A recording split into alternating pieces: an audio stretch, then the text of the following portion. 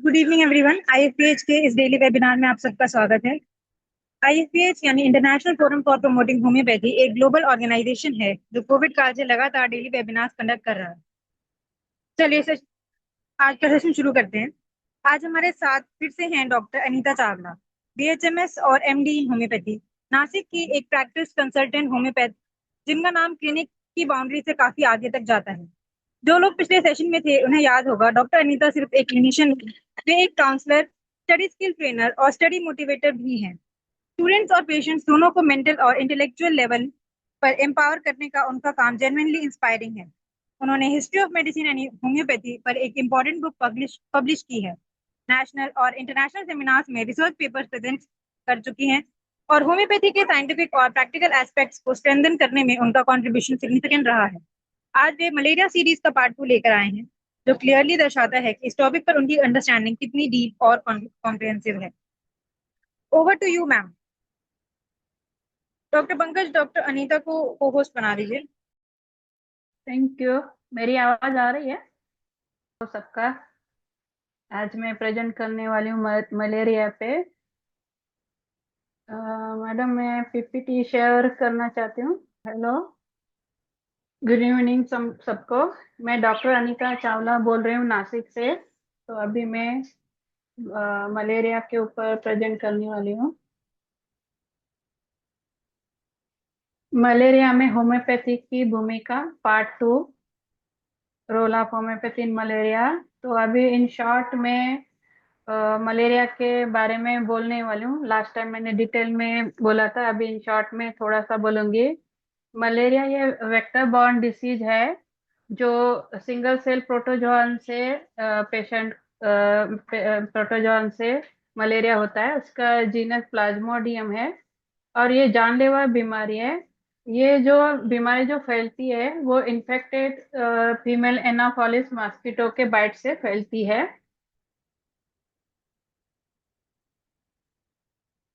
Word malaria ये कैसे आया?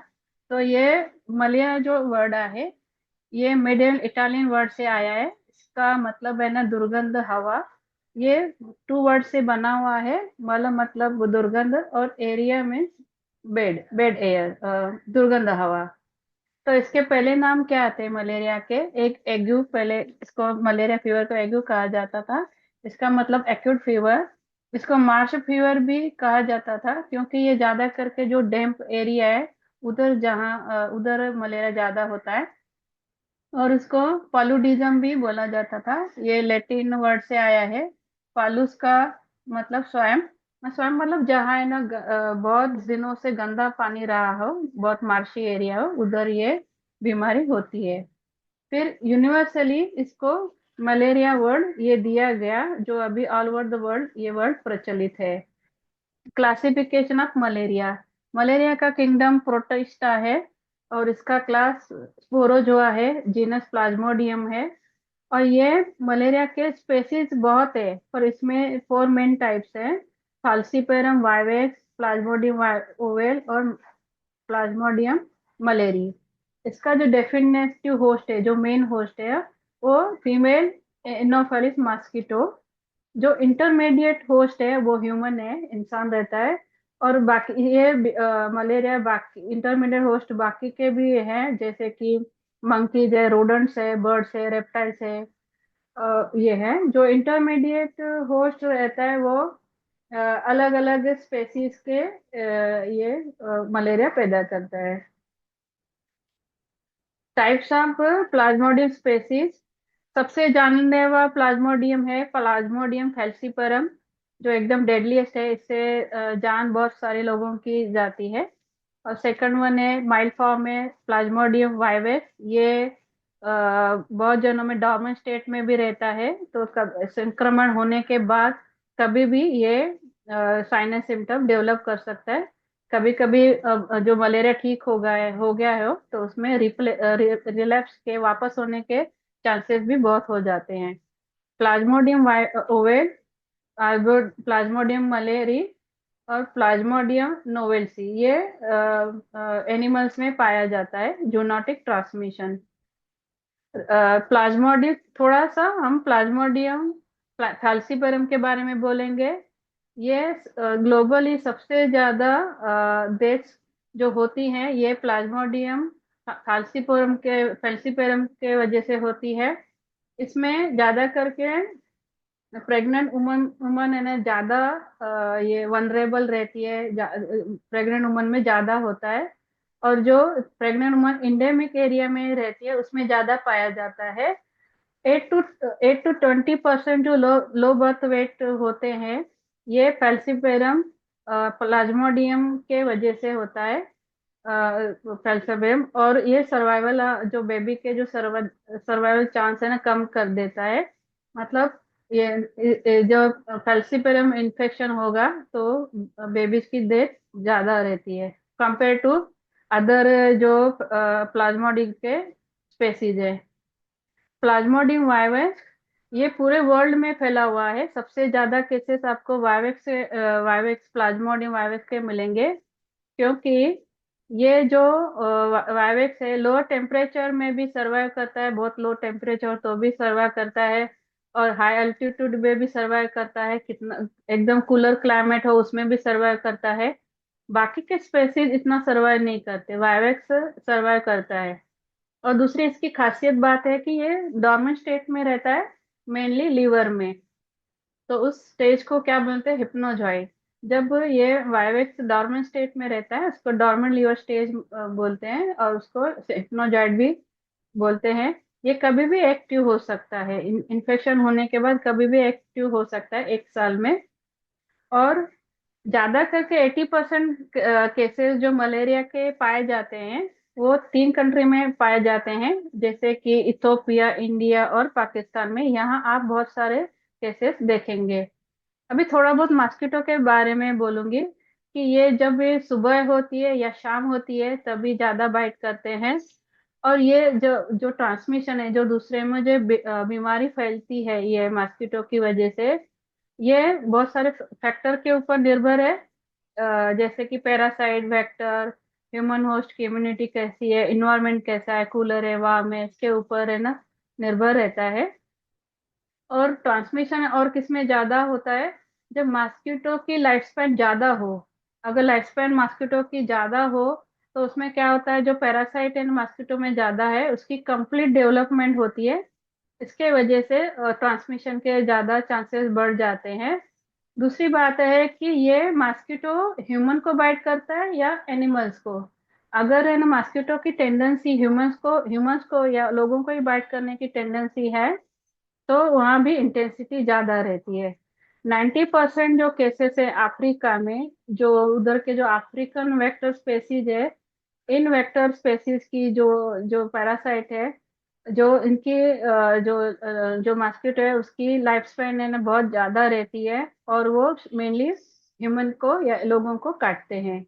इसलिए ये ज्यादा जो मलेरिया के केसेस आप है ना अफ्रीका में देखेंगे। दूसरा क्या है कि उधर मार्शी एरिया भी बहुत है।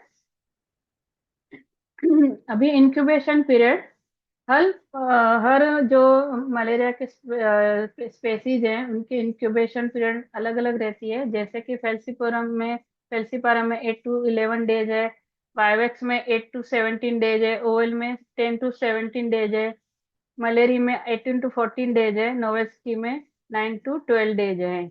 और ये एक बार ये जो जो जो मॉस्किटो है ना बाइट करने के बाद फ्यू वीक्स में ही पेशेंट को साइनस सिम्टम्स देखे जाते हैं। अगर जो मॉस्किटो जो पैरासाइट अगर डॉर्मेंट स्टेट में, स्पेशली वाइवेक्स वाले, ये 1 साल में कभी भी एक्टिव हो सकते हैं। अभी इन शॉर्ट में मलेरिया कैसे ट्रांसमिट होता है उसके बारे में बोलूंगी। और सेक्सुअल रिप्रोडक्शन ऐसे 2 स्टेज रहती हैं। जब इन्फेक्टेड मॉस्किटो, जो इंसान नॉर्मल है या इन्फेक्टेड नहीं है, उसको अगर बाइट करता है तो इन्फेक्टेड मॉस्किटो में जो सलाइवा में ये बहुत सारे ट्रोफोजाइट्स रहते हैं। ये ट्रोफोजाइट ये जो नॉन इन्फेक्टेड ह्यूमन है उसके ब्लड में जाता है। विद इन 1 आवर में वो ह्यूमन के लीवर में जाता है। तो लीवर में जाने के बाद ये जो स्पोरोजाइट्स है ना डेवलप होते हैं उसको स्पोरोजाइट्स बोलते हैं। और स्पोरोजाइट्स की डेवलप फिर वापस से सिंजोगोनी होती है लीवर में, और उसके बाद है मेरोजाइट्स में इसकी डेवलपमेंट होती है। जब मेरोजाइट्स में डेवलपमेंट होती है, वो वापस से फिर ब्लड स्ट्रीम में आता है, और फिर जो ब्लड स्ट्रीम में आने के बाद नए रेड ब्लड सेल को इन्फेक्ट करता है। अभी ये मेरोजाइट है ना, और ब्लड में आने के बाद और भी ज्यादा डेवलप होते हैं, वो रिंग स्टेज में डेवलप होते हैं। रिंग स्टेज में डेवलप होने के बाद वापस वो डिवाइड होते हैं, और भी मेरोजॉइट्स तैयार होता है। ये जब मेरोजॉइट जब ब्लड स्ट्रीम से बाहर आते हैं, ब्लड जो सेल का रप्चर होके बाहर आते हैं, तो वो जो ब्लड सेल के बाहर आने के बाद वापस से नए ब्लड सेल को इन्फेक्ट करते हैं। और कुछ जो मेरोजॉइट्स हैं वो गेमेटोसाइड, मेल और फीमेल गेमेटोसाइड में डेवलप होते हैं। अभी इस स्टेज के बाद सेक्सुअल रिप्रोडक्शन चालू होगा। अभी इधर क्या है कि जो दूसरा मॉस्किटो है, मच्छर है, वो नॉन इन्फेक्टेड है, नॉन इन्फेक्ट है। ये जब इन्फेक्टेड इंसान को काटता है, ह्यूमन को काटता है, तो ये जो गेमेटोसाइट्स है ये नॉन इन्फेक्टेड मॉस्किटो में जाते हैं, जहां से वो मॉस्किटो के डाइजेस्टिव सिस्टम में जाते हैं।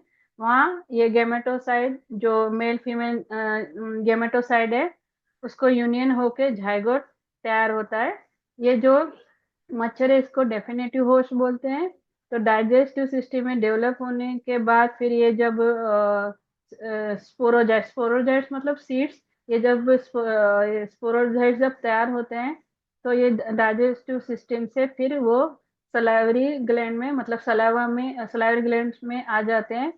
और ये जो अभी मुंह में सलाइवा में जो स्पोरोजाइट्स है, वो जब जो इंसान जो नॉन इन्फेक्टेड है उसको अगर काटे, तो वो जो इन्फेक्टेड मॉस्किटो जब जो नॉन इन्फेक्टेड पर्सन को काटे, तो ये इसमें जो सलाइवा जो मॉस्किटो है उसमें से जो स्पोरोजाइट्स है वापस से नॉन इन्फेक्टेड इन ह्यूमन के ब्लड स्ट्रीम में जाता है, तो नया दूसरा इंसान वो इन्फेक्ट हो जाता है। ऐसी ये साइकिल है। अभी दूसरे क्या मोड हैं इन्फेक्शन के? अगर जो अब इन्फेक्टेड ब्लड में अगर किसी इंसान को कांटेक्ट हुआ हो, तो उसमें होता है जैसे कि mother to child, blood transfusion के समय या ऑर्गेन ट्रांसप्लांट के समय जो ड्रग्स लेते हैं, उस वो जो लोग जब भी निडल शेयरिंग करते हैं, तो उसमें भी एक दूसरे को निडल शेयर करने के वजह से ये मलेरिया ट्रांसमिट होता है। अभी स्टेजेस ऑफ मलेरिया, यहाँ 3 स्टेजेस हैं। पहला स्टेज है लीवर स्टेज, इसको प्री इरिथ्रोसाइटिक स्टेज भी बोलते हैं। यहाँ ब्लड से जो ये मलेरिया के स्पोरोजाइट्स हैं ये लिवर सेल में जाते हैं, वहाँ साइलेंटली बढ़ते हैं। इस पेज को बढ़ने के लिए 7 to 14 डेज लगता है, पर इस समय ना पेशेंट को कुछ भी कंप्लेंट्स नहीं रहते, असिम्टोमेटिक रहता है। जब ये लीवर से बाहर आते हैं, तो उसको इरिथ्रोसाइटिक स्टेज बोलते हैं। यहाँ ये जो मेरोजॉइट्स है, अभी मैंने पहले बोला था कि अलग अलग स्टेजेस बताएं, तो जब मेरोजॉइट्स डेवलप होता है ये ब्लड में आता है, वो नए नए ब्लड सेल्स को इन्फेक्ट करते हैं। यहाँ पेशेंट को क्लासिकल सिम्टम मलेरिया के दिखते हैं, जैसे कि फीवर, चिल्स, हेडेक, बॉडी एक, ये क्लासिकल सिम्टम्स पेशेंट को दिखने लगते हैं। अभी गेमेटोसाइड स्टेज, ये 3rd स्टेज है, इसमें गेमेटोसाइड डेवलप होते हैं। और जब ये गेमेटोसाइड है ना, नॉन इन्फेक्टेड जो मॉस्किटो इन्फेक्टेड नहीं है, वो जब इंजेक्ट करता है ये गेमेटोसाइड, तो वो इन्फेक्टेड होता है और ये मलेरिया ट्रांसमिट होता है। तो ये स्टेजेस क्यों इम्पोर्टेंट है कि ये टाइम पे डायग्नोसिस करने के लिए हेल्पफुल रहता है, और ट्रीटमेंट के लिए भी इसका हेल्प रहती है, ट्रीटमेंट इफेक्टिव ट्रीटमेंट देने के लिए। अभी इंसिडेंस क्या है? तो पूरे वर्ल्ड में ये 290 मिलियन पीपल अफेक्ट होते हैं पर ईयर में। उसमें से 4 लाख to 6 लाख पीपल की डेथ होती है। मेनली फेल्सिपरम प्लाज्मोडियम ये मेन है। तो 4 लाख to 6 लाख पीपल की डेथ होती है। अगर इसके साइन एंड सिम्टम क्या है? ये पीरियोडिक एक पर्टिकुलर टाइम पे ही पेशेंट को फीवर आता है, ठंडी बसती है और डिस्कम्फर्ट फीलिंग होता है, किसी को सीवियर हेडेक होता है, नौशिया वोमिटिंग होती है, डायरिया होता है, अब्डम पेट में दुखता है, स्नायु या जॉइंट्स में पेन होता है, किसी को बहुत थकावट महसूस होती है, ब्रीदिंग में भी प्रॉब्लम आती है, हार्ट रेट भी बढ़ जाता है, कब भी दिखता है। अभी सेकंड पॉइंट है साइकिल्स ऑफ मलेरिया अटैक। तो शुरुआत जो मलेरिया पेशेंट को जब सिम्टम्स डेवलप होते हैं, तो बुखार आने के पहले पेशेंट को बहुत सारी शिवरिंग, मतलब बहुत सारी ठंडी लगती है। ठंडी कम होने के बाद पेशेंट को बहुत बुखार आता है, हाई फीवर आता है। तो बुखार जब थोड़ा उतरने लगता है तो स्वेटिंग बहुत होती है, फिर टेम्परेचर उसके बाद एकदम से नॉर्मल हो जाता है। हालांकि आज के तारीख में ये क्लासिकल पिक्चर नहीं दिखता, ये तीनों स्टेज नहीं दिखते बहुत सारे केसेस में। अभी इन डिटेल में मलेरिया डायग्नोसिस लास्ट इसमें हमने डिस्कस किया है। तो डायग्नोस्टिक टेस्ट क्या है, थिक्स मेयर से ज़्यादा में ज़्यादा मलेरिया के जो प्लाज्मोडियम मलेरिया के जो पैरासाइट है, जो पैरासाइट है दिखाई देते हैं थिन स्मेयर में, जरा कभी कभी मिस होने के चांसेस रहते हैं। पीसीआर रैपिड डायग्नोस्टिक टेस्ट ये डायग्नोसिस के लिए हेल्पफुल रहते हैं, मलेरिया डायग्नोस के लिए। अभी ये मलेरिया के कॉम्प्लिकेशन क्या है? एक है सेरेब्रल मलेरिया। जब इन्फेक्टेड ब्लड क्या करता है कि जो ब्रेन में स्मॉल ब्लड वेसल्स है उसको ब्लॉक करता है। तो ब्लॉक करने की वजह से क्या होता है कि ऑक्सीजन सप्लाई ब्रेन को कम मिलता है। और दूसरा क्या होता है कि पेशेंट को सीजर के भी चांसेस बहुत रहते हैं, सीजर्स होते हैं और पेशेंट कोमा में भी जा सकता है। और सेकंड पॉइंट है ब्रीदिंग प्रॉब्लम, सांस लेने में तकलीफ। ये क्यों होती है? क्योंकि लंग्स में पानी भर जाता है, तो पानी भर जाने की वजह से पेशेंट को ब्रीथ करने में भी प्रॉब्लम आती है। ऑर्गन फेल्यूर, तो मलेरिया किडनीज, लीवर और स्प्लीन को डैमेज कर सकता है। और मेनली स्प्लीन का रप्चर भी ये मलेरिया के वजह से हो सकता है। और ये मतलब ये जो स्टेज रहते हैं जानलेवा भी हो सकती है। एनीमिया, एनीमिया है ना, आप देखें कि मैंने बताया कि जब लीवर से जब ये पैरासाइट बाहर आते, ब्लड स्ट्रीम में आते हैं, तो ये रेड ब्लड सेल को इन्फेक्ट करते रहते हैं। तो यहाँ बहुत सारे ना रेड ब्लड सेल के ब्रेकेज होते हैं। तो इन कारण एनीमिया डेवलप होता है। एनीमिया डेवलप होने के वजह से जो बॉडी को टिश्यू रहते हैं उनको ऑक्सीजन वो लेवल पे नहीं मिलता। तो जो बॉडी टिश्यूज है ना जरा एनीमिक स्टेज में चले जाते हैं। पेशेंट को हाइपोग्लाइसेमिया भी हो जाता है, क्योंकि जब भी पैरासाइट डेवलप होते हैं जब ब्लड स्ट्रीम में आने के बाद, तो वो बॉडी का न्यूट्रिशन लेते रहते हैं और ग्लूकोज कंज्यूम ज़्यादा करते हैं। तो इसके वजह से भी पेशेंट का ब्लड शुगर जो है वो लो हो जाता है। और लो ब्लड प्रेशर अगर ज़्यादा लो ब्लड शुगर अगर ज़्यादा हो गया तो पेशेंट कोमा में भी जा सकता है या डेथ भी हो सकती है। मेन कारण क्या है कि जो न्यूट्रिशन जो है, जो ग्लूकोज है, वो पैरासाइट है ना कंज्यूम ज्यादा करते हैं, इसलिए वो जो इन्फेक्टेड पर्सन है उसका शुगर लो हो जाता है। एक टर्म है एलगिड मलेरिया। ये इसमें क्या होता है कि पेशेंट का ब्लड प्रेशर कम हो जाता है और पेशेंट शॉक में चला जाता है। दूसरा कॉम्प्लिकेशन है स्प्लिनिक रप्चर। अभी हम प्रिवेशन मलेरिया को कैसे करें? स्किन को कवर करके रखें। जहां भी हम अगर मार्शी एरिया में गए हैं या फिर जहाँ मलेरिया के केसेस ज्यादा हैं, तो वहाँ पेंट यूज करें और लॉन्ग से यूज करें। जो पेंट है वो सॉक्स में टक करें, तो उसके वजह से मॉस्किटो बाइट कम होगा, तो नहीं होगा, और अल्टीमेटली प्रोटेक्शन मिलेगा।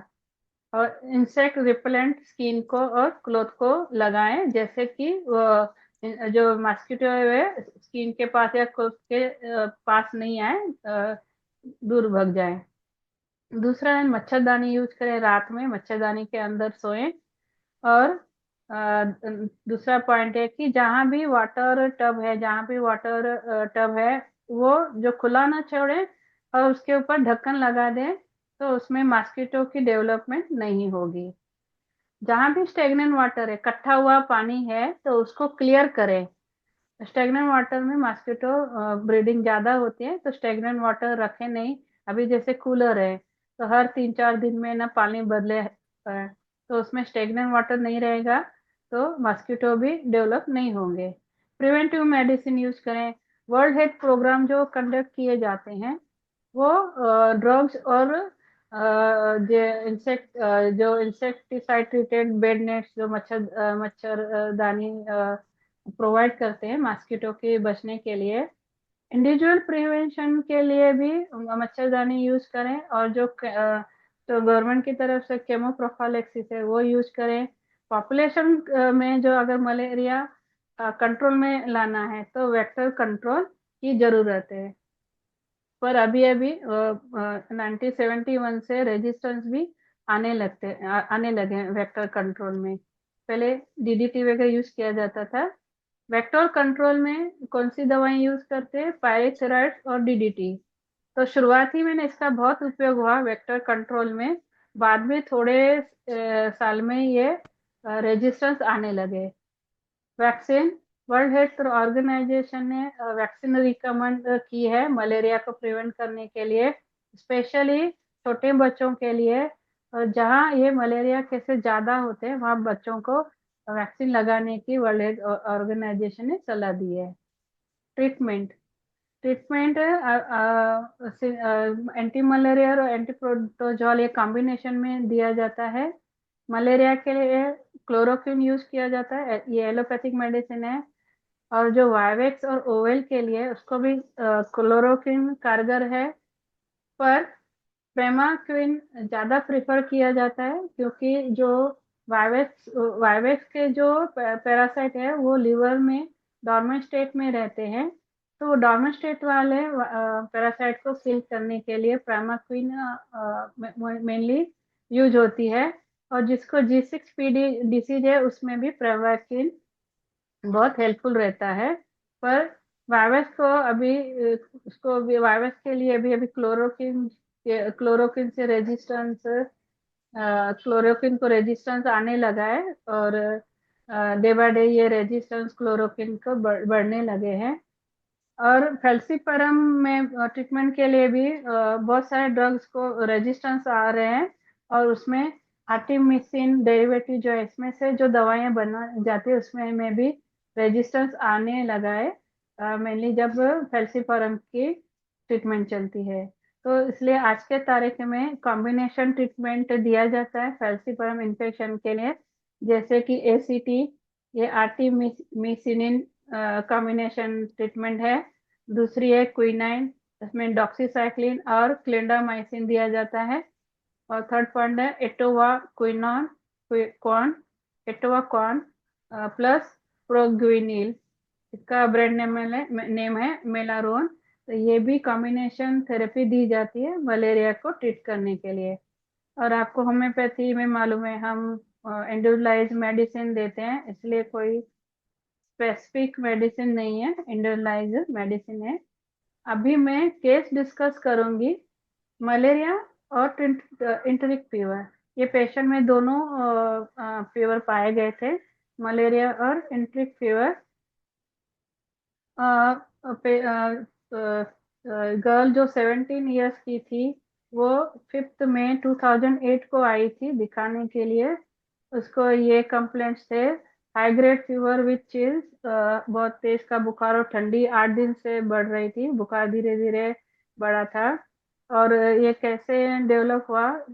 एक्सपोजर टू सन, बहुत देर तक सन में रही थी और बाहर का खाना खाया था, उसके बाद उसको ये कंप्लेंट चालू हुए। और इसके अलावा उसको हेडेक सीवियर था, थ्रोबिंग टाइप था, वो भी धीरे धीरे बढ़ गया था। और मेनली जो उसका जो हेडेक था वर्टेक्स रीजन पे था। उसको जर्नल वीकनेस भी था 5-6 डेज से, बॉडी एक था सीवियर बॉडी एक भी 5-6 डेज से था। अपेटाइट कम हो गई थी 5-6 दिन से। कभी कभी खाना खाने के बाद वोमिटिंग होती थी, उसको कॉन्स्टिपेटेड बॉवल था 5-6 डेज से। स्टूल ड्राई हार्ड ऑफेंसिव थे। पेन abdomen था, वो भी सीवियर था, राइट और लेफ्ट हाइपोकॉन्ड्रिक रीजन पे था। और उसका जो पेन है ना ज्यादा करके इवनिंग को बढ़ जाता था, और ये कंप्लेंट 2-3 दिन से थी। पास्ट में उसको चिकन पॉक्स हुआ था 2003 में। उसकी डिजायर थी, पर्सनल हिस्ट्री, उसको नॉनवेज अच्छा लगता था, पेशेंट थर्स्टी थी, मेच्योरेशन उसकी ऑफेंसिव थी, स्टूल ऑफेंसिव था, पर्सपिरेशन भी ऑफेंसिव थी, और थर्मली पेशेंट हॉट था। उसी उसकी मेंसेस 4 to 5 डेज, 32-34 डेज की साइकिल थी, और उसका ब्लड डार्क रेड ऑफेंसिव था। और जब आई थी तभी उसका फेस फ्लश था, एकदम डार्क रेड था, एकदम फ्लश था और उसका पल्स रेट था वो कंपेरेटिव जितना टेम्परेचर था उससे कम था, 99 पर मिनट था। टेम्परेचर 103.2 था। मतलब अब जो पल्स रेट ज्यादा होना चाहिए उस लेवल पे ज्यादा नहीं था। उसकी टंग वाइट थी, ड्राई थी।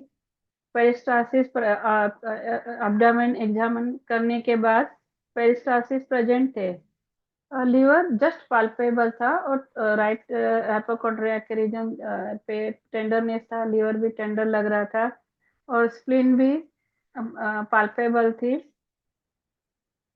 और ये ब्लड इन्वेस्टिगेशन सीबीसी कराया तो उसको लिकोसाइट जो डब्ल्यूबीसी काउंट है वो 2700 हो गए थे। और ये एमपी टेस्ट पॉजिटिव थी, इसमें प्लाज्मोडियम वाइवेक्स आया है, और विडाल टेस्ट भी पॉजिटिव आई है।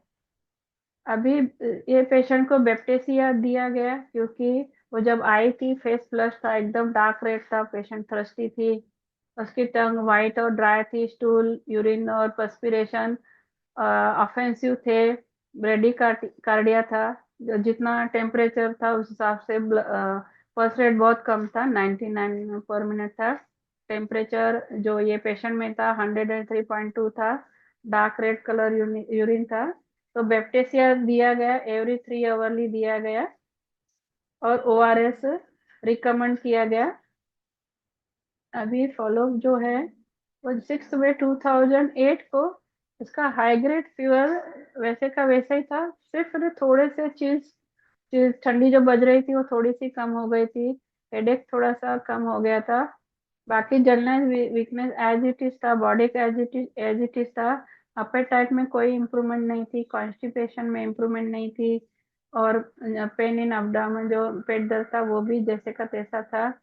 और टेम्परेचर ऑन एग्जामिनेशन में थोड़ा सा कम हुआ था, मतलब थोड़ा सा पेशेंट को भी खुद को आराम लग रहा था। टेम्परेचर 102.8 था, पल्स रेट 94 थे, टंग स्लाइटली वाइट था, ड्राई ड्राई थी टंग।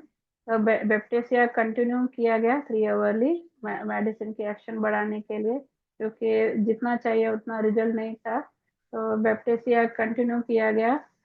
7 मई 2008 जो हाई ग्रेड फीवर था, तेज बुखार था, थोड़ा सा कम हो गया था, चीज भी थोड़े कम हो गए थे, हेडेक कम हो गया था, वीकनेस बॉडी एक वैसा ही था, अपेटाइट इम्प्रूवमेंट नहीं थी, constipation bowel as it is था, pain abdomen as it is था। और जो टेम्परेचर आया था वो 101.4 डिग्री फ़ारेनहाइट था, पल्स 90 पर मिनट था, टंग स्लाइटली वाइट और ड्राई था। बैक्टीरिया कंटिन्यू किया गया, और मेडिसिन की एक्शन बढ़ाने के लिए, क्योंकि इम्प्रूवमेंट थी, पर उतना तेज और भी इम्प्रूवमेंट लाने के लिए। अभी 8 मई को फीवर कम हो गया था, चीज एकदम थोड़े थे, हेडेक काफी कम हो गया था, वीकनेस भी स्लाइटली कम हो गया था, बॉडी स्लाइटली कम हो गया था, अपेटाइट थोड़ी सी इम्प्रूवमेंट हो गई थी, कॉन्स्टिपेटेड बाउल एजिटिव थे, और पेट दर्द जो था वो भी स्लाइटली कम हो गया था। अभी टेम्परेचर 100.6 फ़ारेनहाइट था, और पल्स रेट 86 है, टंग स्लाइटली वाइट थी। और अभी इम्प्रूवमेंट काफी दिखी थी, क्योंकि 103.2 से टेम्परेचर 100.6 तक आया, काफी कम हो गया था। तो एसएल दिया गया आगे 3 आवरली, और ओआरएस कंटिन्यूसली फर्स्ट डे से हम रिकमेंड कर रहे थे। अभी वापस ब्लड चेक करवाया गया तो अभी डब्ल्यूबीसी काउंट 7100 हो गया था। और 9 मई को सिर्फ माइल्ड फीवर था, चिल्स नहीं थे, हेडेक नहीं था, जनरल वीकनेस काफी कम हो गई थी, बॉडी भी कम हो गया था, एपेटाइट इम्प्रूव हो गई थी, कॉन्स्टिपेटेड बाउल जो थे वो थोड़े इम्प्रूव हुए थे, नॉर्मल स्टूल की थोड़ा इम्प्रूव हुआ था, और पेन जो एब्डामेन था वो भी काफी कम हो गया था। टेम्परेचर 99.4 था, 86 पल्स रेट थे, टंग स्लाइटली वाइट और ड्राई थी, एसएल कंटिन्यू किया गया, और ओरल रिहाइड्रेशन ये रिकमेंड किया गया, ओआरएस उसको रिकमेंड किया गया फर्स्ट डे से। अभी 12 मई को उसको फीवर, चीज, हेडेक नहीं था, सिर्फ माइल्ड वीकनेस था, माइल्ड बॉडी था, अपेटाइट काफी इम्प्रूव हुई थी, कॉन्स्टिपेटेड बाउल्स नहीं था, पेन इन एब्डोमेन नहीं था, टेम्परेचर नॉर्मल था, पल्स रेट 76 हो गया, और ये जो टंग स्लाइटली वाइट थी, और एसएल कंटिन्यू किया गया 1 वीक के लिए, और ओआरएस कंटिन्यू लेने के लिए बोला गया। अभी 20 मई 2008 को कोई भी कंप्लेंट नहीं थे। ये जरा स्पेलिंग रॉन्ग हो गई है, ये थोड़ा अपेटाइट नॉर्मल हो गई थी, कोई प्रॉब्लम नहीं था, टेम्परेचर नॉर्मल था, पल्स रेट 73 थे, टंग मॉइस्ट थी, स्लाइटली वाइट थी, एसएल 7 डेज के लिए दिया गया। उसके बाद ओआरएस कंटिन्यू किया गया, फिर 7 डेज के बाद मेडिसिन बंद की गई। अभी भी आप देखेंगे तो ल्यूकोसाइट काउंट 6900 है, स्लाइटली लेस है पर नॉर्मल रेट पे है। अभी जो मलेरिया पैरासाइट की टेस्ट वापस की गई थी, तो उसमें मलेरिया पैरासाइट दिखा नहीं, वाइवेक्स की जो टेस्ट पॉजिटिव थी अभी नेगेटिव हो गई है, विडाल टेस्ट पॉजिटिव है। ये लंबे समय तक विडाल टेस्ट पॉजिटिव है, तो इसलिए वापस उसको करवाया नहीं गया, और 7 डेज के बाद मेडिसिन बंद की गई। लर्निंग फ्रॉम दिस केस में, ये केस से हमने क्या सीखा कि हमको मलेरिया, अगर टाइफाइड है, मलेरिया है, या कोई भी एक्यूट केसेस है, कि हमको एग्जैक्ट मिनिमम मेडिसिन का देनी चाहिए, तो उसे एग्जैक्ट मिनिमम रेमेडी देनी चाहिए। और ये पेशेंट में हमको कोई भी कॉम्प्लिकेशन दिखे नहीं, जैसे कि internal bleeding, drop, blood drop, ऐसे कुछ भी दिखा नहीं। वेडाल्टे वापस नहीं किया गया क्योंकि ये लंबे समय तक पॉजिटिव रहती है, और ये एक्यूट केसेस में भी हमारी होम्योपैथिक मेडिसिन फास्ट काम करती है, कन्वेंशनल मेडिसिन से भी फास्ट काम करती है। जनरली आप देखेंगे टाइफाइड जो रहता है 3 वीक्स हो जाते हैं पेशेंट को, वो लेवल पे आराम नहीं रहता, और दूसरा आप देखेंगे बाल झड़ जाते हैं। ये पेशेंट जो भी पहले इसमें आई थी, जैसे थी, मतलब एक थोड़ा कुछ भी बाल गिरा नहीं, कुछ नहीं, और एनर्जी लेवल भी मेंटेन थी। मतलब ऐसे ऐसे देख के आप फर्स्ट डे पे और लास्ट डे पे आप देखेंगे, तो आप ऐसे जैसे आप टाइफाइड वाले कैसे देखते हैं कि एकदम है ना, चेहरा ये एकदम ये हो जाता है, ऐसे कुछ नहीं था। मतलब पेशेंट एकदम हेल्दी हेल्दी हो गई थी। और ये treatment low cost economic treatment है, मतलब कम पैसे में इसका इलाज अच्छी तरह से हो गया, क्योंकि हॉस्पिटलाइज पेशेंट हो गया तो उसमें बहुत सारे पैसे खर्च हो जाते हैं, तो एकदम कम पैसे में ये पेशेंट का इलाज हो गया। अभी दूसरा केस है, case number 2, malaria with dengue fever. ये पेशेंट की उम्र 49 ईयर्स थी, वो 29 सितंबर 2015 को आई थी, और उसको भी हाई ग्रेड फीवर था, माइल्ड चील थे, और बुखार एकदम सडन आ गया, और वो पानी में भीग गई थी, और पानी में कुछ देर तक गीली रही, और उसको सीवियर हेडेक था 2 दिन से, ये भी सडनली हेडेक चालू हो गया, थ्रोबिंग नेचर का था। उसको आइज के बिहाइंड, आंखों में दर्द था, आंखों के पीछे दर्द था। ये क्लासिकल सिम्टम है डेंगू फीवर का, कि आंखों के पीछे पेन होना। ये 2 दिन से था, थ्रोबिंग इन नेचर का था, और पेशेंट को जलनाइज वीकनेस थी 2 दिन से, बॉडी एक 2 दिन से था, अपेटाइट कम हो गई थी, वोमिटिंग भी थी, खाना खाने के बाद कभी कभी एक बार ही सिर्फ वोमिटिंग हुआ था। पल्स रेट 110 पर मिनट था, और टेम्परेचर 103.6 था, टंग स्लाइटली वाइट थी, ड्राई थी। तो इसको रक्सॉक दिया गया एवरी 2 आवरली, क्योंकि वो पानी में भीग गई थी और थोड़ी देर गीली थी। फॉलो 30 सितंबर को उसका चीज थोड़ा बड़ा हुआ था। और मॉर्निंग में अभी आप देखेंगे कि डेंगू फीवर में ना 2 बार है ना टेम्परेचर ना स्पाइक होता है। अभी मॉर्निंग में उसका टेम्परेचर 102.2 डिग्री फ़ारेनहाइट था। और दोपहर 2 बजे के बाद धीरे धीरे बढ़ता गया और शाम 6 बजे 103.8 डिग्री फ़ारेनहाइट था। उसको severe headache as it is था। पेन भी एज भी एज इट इज था, वीकनेस भी वैसा ही था, बॉडी को वैसा ही था, अपेटाइट कम जो हो गई थी वैसे की वैसी थी। फेस वैसे फ्लश और डार्क रेड था। और टंग स्लाइटली रेड थी। अभी क्योंकि बिल्कुल भी इम्प्रूवमेंट नहीं थी तो केस वापस लिया गया और ORS एडवाइस किया गया और इन्वेस्टिगेशन रिकमेंड किए कि इन्वेस्टिगेशन के लिए शफल केस करने के बाद उसके पास हिस्ट्री में इन 2000 में राइट साइडेड किडनी स्टोन था। पर्सनल हिस्ट्री में नॉनवेज पसंद करती थी, थ्रस्टी थी, हॉट थी, मेंसेस लेट थे, scanty dark red sticky, scanty था, डार्क रेड था, स्टिकी था, लेट होते थे, हर 2-3 दिन, 5-6 महीने में आते थे, सिर्फ 2-3 दिन के लिए। अभी उसका मेंटल स्टेटस कैसा था, वो लेजी पेशेंट थी, बहुत गुस्से वाली थी और इमोशनल भी उतनी थी। और थोड़ी थोड़ी बात पे उसको रोना आ जाता था। अगर कोई फैमिली के बारे में उसको बोले तो उसको पसंद नहीं आता था। फादर जो था अल्कोहलिक था, पर कभी किसी को बच्चों को मारा नहीं। पर ये पेशेंट को पेरेंट्स से उतना लव अफेक्शन भी नहीं मिला या अप्रिसिएशन भी नहीं मिला।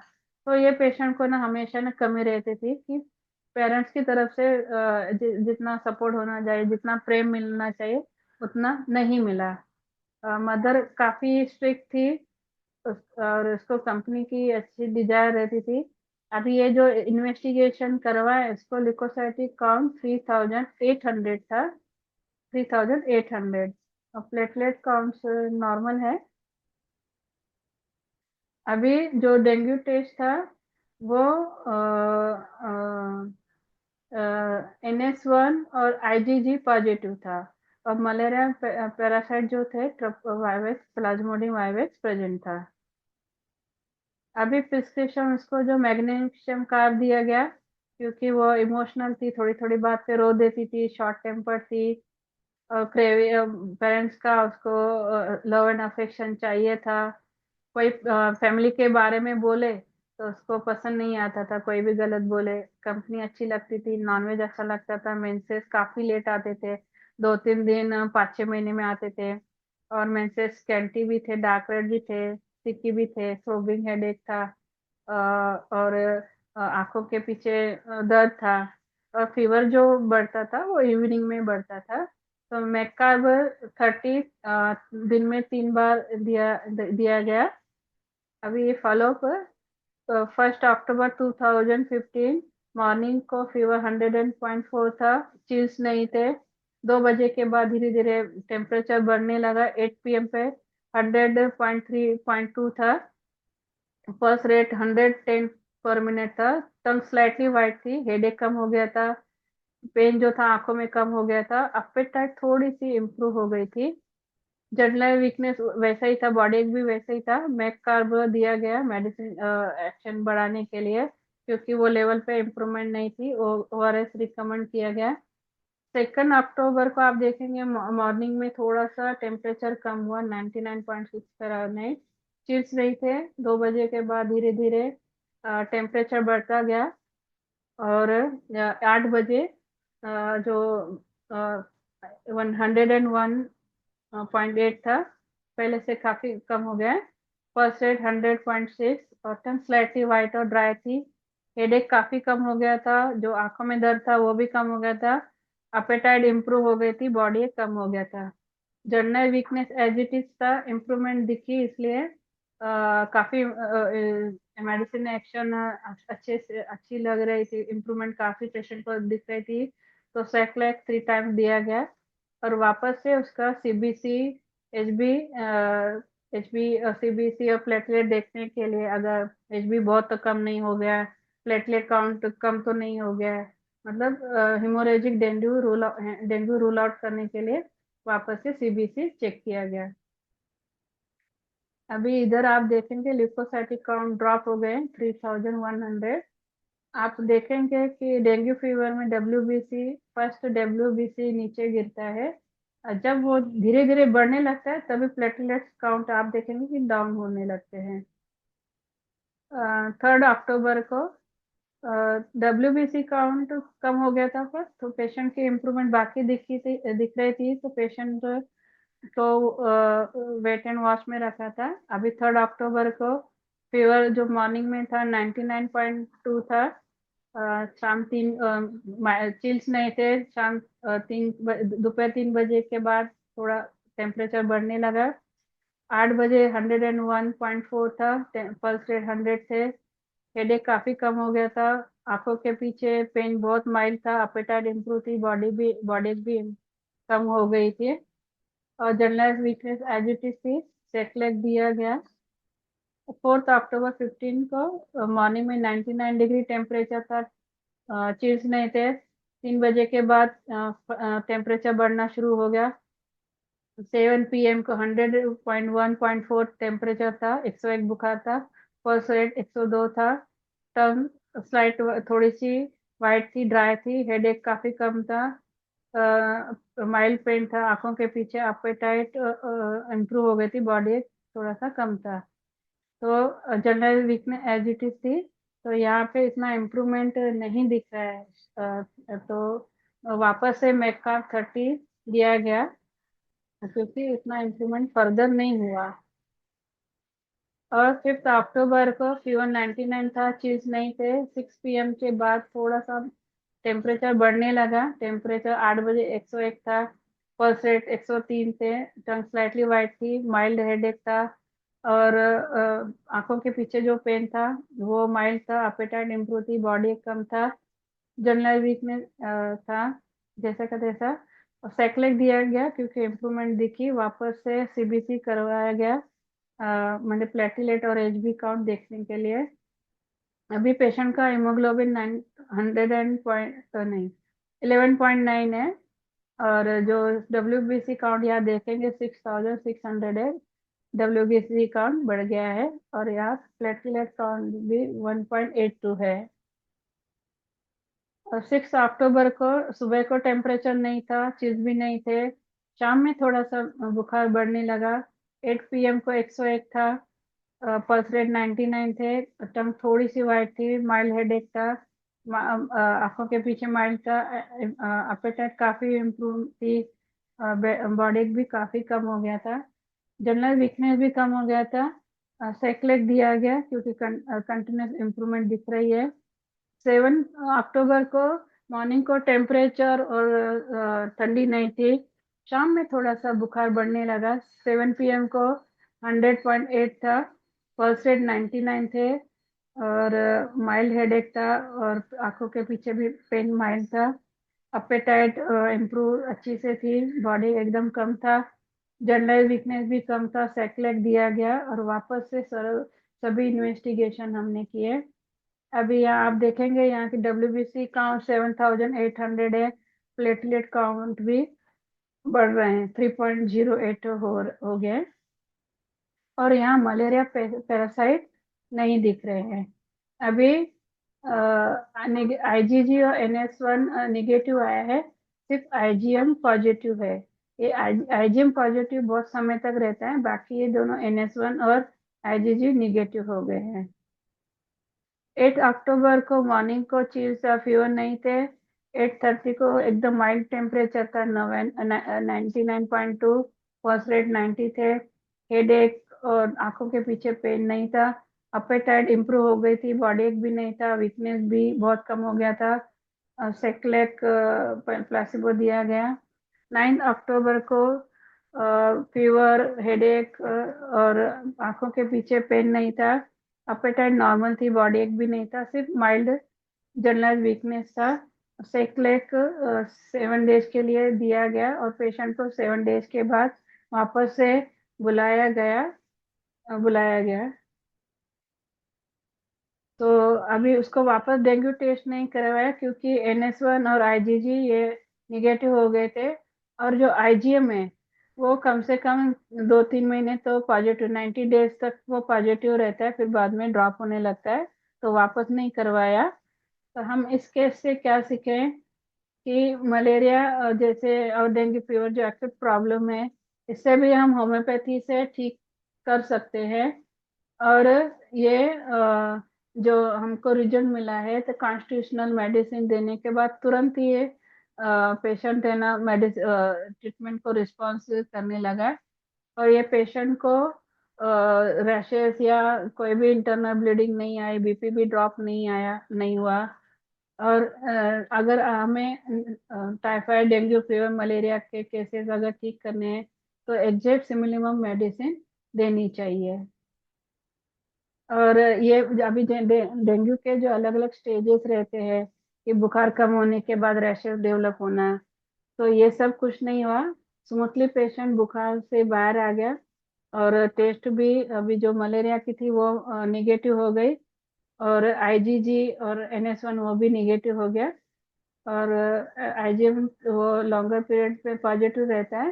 तो ट्रीटमेंट की आगे आवश्यकता नहीं थी, सिर्फ 7 डेज को प्लासिबो दे के मेडिसिन बंद करवाने के लिए बोला। अगर कोई कंप्लेंट दिखती है तो आने के लिए बोला था, वैसे कुछ जरूरत नहीं पड़ी। पेशेंट एकदम ओके हो गया। थैंक यू पेशेंटली लिसन करने के लिए। तो ये मेरा प्रेजेंटेशन था।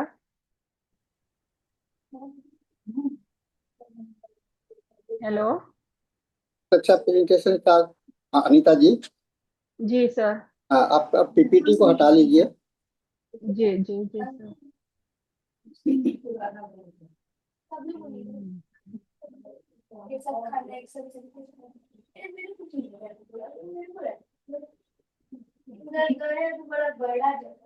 हाँ, जी जी किन्हीं सर। किन्हीं को कोई सवाल हो तो चैट बॉक्स में टाइप कीजिए।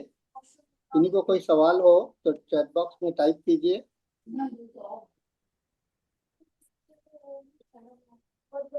डॉक्टर बिभू पांडा, आप प्रेजेंट है मीटिंग में? डॉक्टर बिभू पांडा। हाँ, गुड चलिए। Evening sir. हाँ, आप बोलिए कुछ कहना। थोड़ा लेट में आया, लेकिन मैं एक केस पूरा मैडम का देखा कि हाँ, यह एक सिस्टमेटिक प्रेजेंटेशन था विथ एविडेंस। तो आज की परिप्रेक्ष्य में हमारा सिस्टम को ये करने के लिए, एस्टेब्लिश करने के लिए इस तरह का एविडेंस के साथ अगर हमारा केस को हम रखें तो हमारा नया पीढ़ी को नया पीढ़ी के लिए बहुत उपादेय होगा। और इसे रखना ही चाहिए। जैसे कहा जाता है एक्यूट डिजीज में होम्योपैथिक का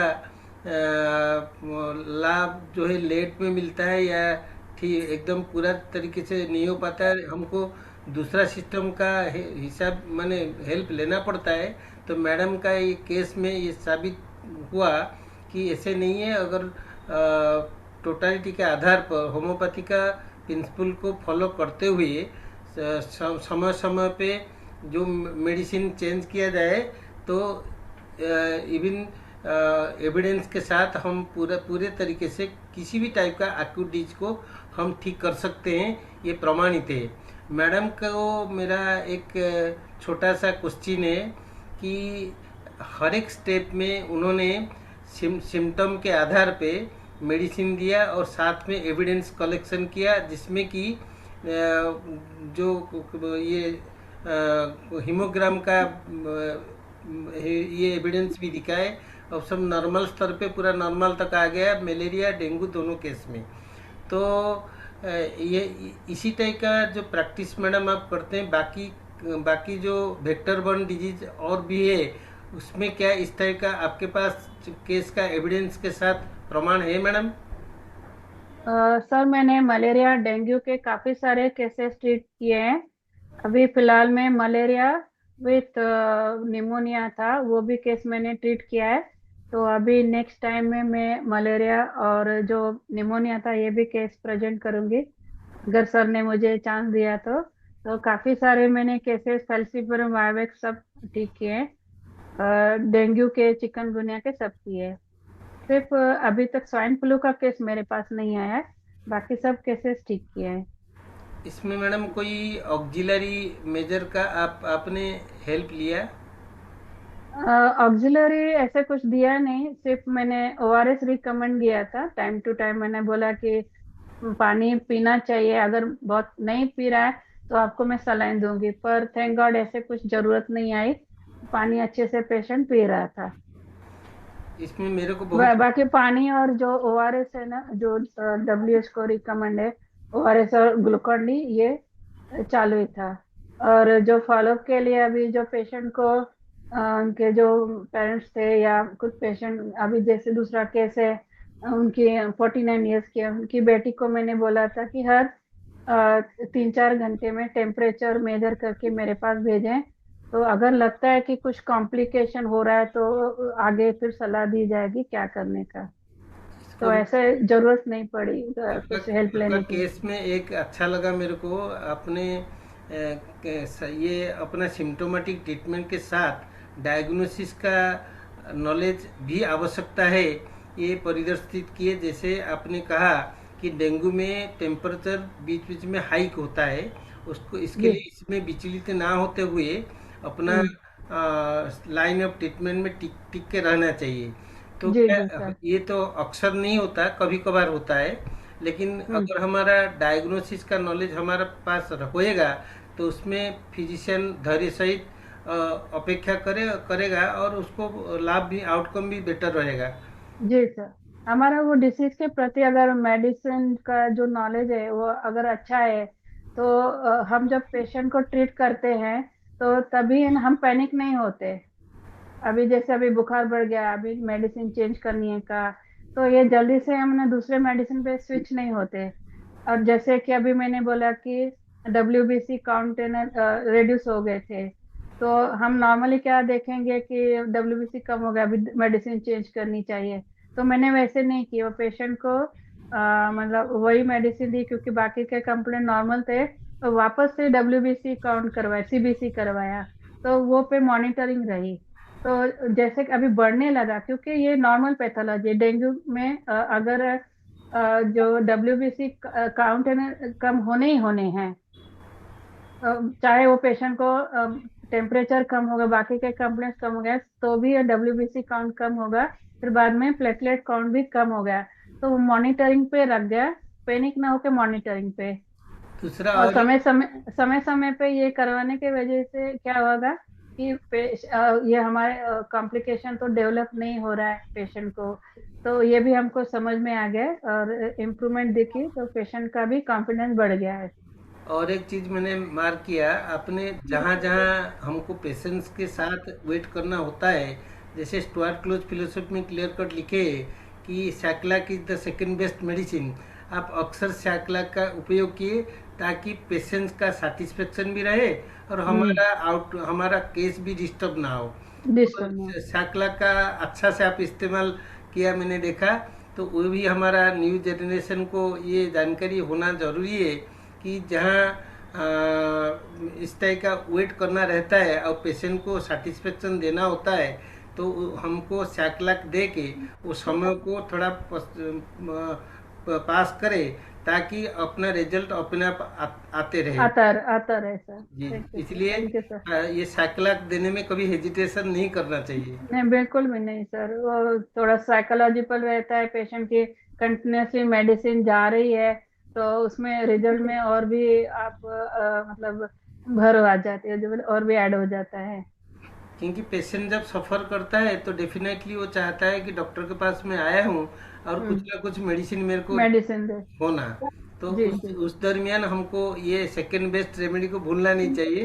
जी जी ये सर। आप अपना केस में अपने अच्छा से एक्सप्लेन किया, तो मेरे को बहुत अच्छा लगा। ये क्या है, एक्सपीरियंस से ऐसे होता है, तो हमारा नया जनरेशन उससे ये लाभ लेना चाहिए कि अगर आपका मेडिसिन सही है और आपका सिलेक्शन सही है, उसमें विचलित ना होते हुए पेशेंस रखे और पैनिक ना होए, और डेफिनेटली हम अपना रिजल्ट प्राप्त होगा।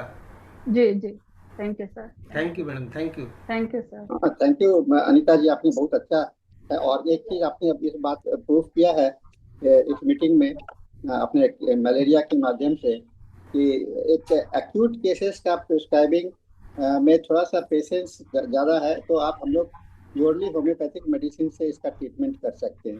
ये जी बहुत जी अच्छी बात है, तो थोड़ा सा धैर्य होता है, क्योंकि अगर इम्पेशेंट हो जाएंगे, डॉक्टर इम्पेशेंट हो जाएगा तो वो फिर दवा बार बार बदलेगा। अगर दवा मैंने देखा कि अपने केस में दवा का नहीं बदलाव किया है, तो ये एक अच्छा बात होता है, क्योंकि अगर दवा का आप बदलाव नहीं करते हो तो आपको बहुत अच्छा रिस्पॉन्स मिलता है। हर एक दवा का ड्यूरेशन ऑफ एक्शन अलग अलग होता है, और ऐसे में वेट नहीं, बिना वेट किए हुए अगर हम लोग चेंज कर देते हैं तो डबल मेडिकेशन हो जाता है, कॉम्प्लिकेट ड्रग डिजीज क्रिएट होने लगता है। तो एक्यूट, खास करके ये प्रॉब्लम जो है सो एक्यूट केस में बहुत ज़्यादा हुआ करता है, क्योंकि जल्दी जल्दी पेशेंट भी घबराता है, अगर डॉक्टर भी घबरा जाएगा तो ये दिक्कत होगा। तो आपने जी दोनों केस में मैंने देखा कि आपने दवा का बदलाव नहीं किया है, आपने बहुत ही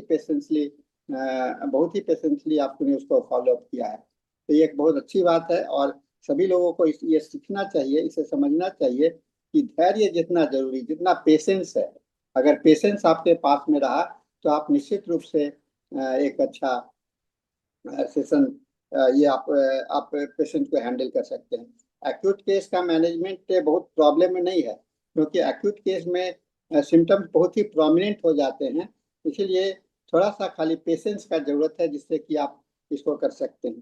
तो ये सेशन बहुत अच्छा रहा। और अनीता जी, आप अभी जो बोल रही थी कि दूसरा केस आप देना चाहती हैं, तो मैं आपसे बात कर लूंगा, आप जी उसको सर फिर सेशन में अब फिर आ जाइए और जी उसको सर प्रेजेंटेशन दीजिए, बहुत अच्छा लगेगा। और थैंक इसके यू सर साथ में आज का सेशन को मैं समाप्त करता हूँ, क्योंकि समय भी हो गया है। तो मैं जी सर आपको भी धन्यवाद देता हूँ, और साथ ही डॉक्टर विभू प्रसाद पांडा जी को भी करता हूँ, जो उन्होंने बहुत अच्छा इंटरेक्शन किया। और इसके साथ ही इस मीटिंग में उपस्थित सभी साथियों का भी मैं अभिनंदन करता हूँ, कि उन्होंने बहुत धैर्य से इसको समझने का प्रयास किया है। और ये इसी तरह से लगातार आप मीटिंग में आते रहिए, सुनते रहिए, अपने ज्ञान को साझा कीजिए, और साथ ही अगर कोई क्वेश्चन हो तो जरूर से चैट बॉक्स में शेयर कीजिए। इससे क्या होगा कि हम लोगों का जो आपका डाउट्स जो है सो बहुत आसानी से सॉल्व हो सकता है।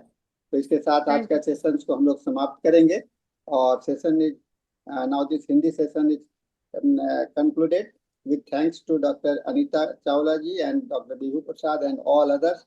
And I hand over the mic to Dr. Dhanesh for his English session. Thank you very much all. You सबको thank you sir thank you